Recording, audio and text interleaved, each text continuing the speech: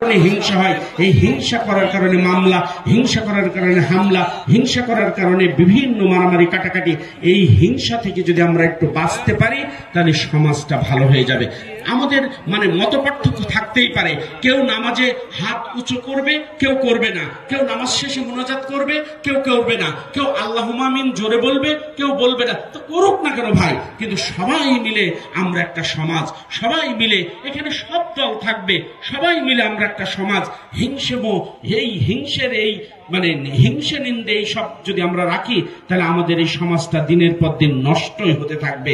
সম্মানিত ভাইরা, সুতরাং আমাদের পরবর্তী প্রজন্মের জন্য আমাদের টার্গেট, এই টার্গেটে পৌঁছানোর জন্য দুনিয়ার জীবনটা কত গরিবানা হলে কাটলো, দুনিয়ার জীবনটা কত অনাথ হয়ে কাটলো, এটা আমাদের বিবেচ্য নাই। দুনিয়ার জীবনে যত কষ্টই হোক, এই কষ্টের বিনিময়ে যদি আল্লাহ আমার জান্নাত দান করেন তাহলে আমার চেয়ে সৌভাগ্যবান আর কেউ নেই।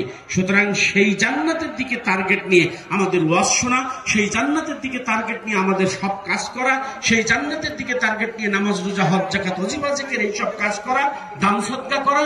সুতরাং সেই কাজগুলো আমাদের সবাইকে সুন্দরভাবে অব্যাহত রাখতে হবে। রাজি আছেন?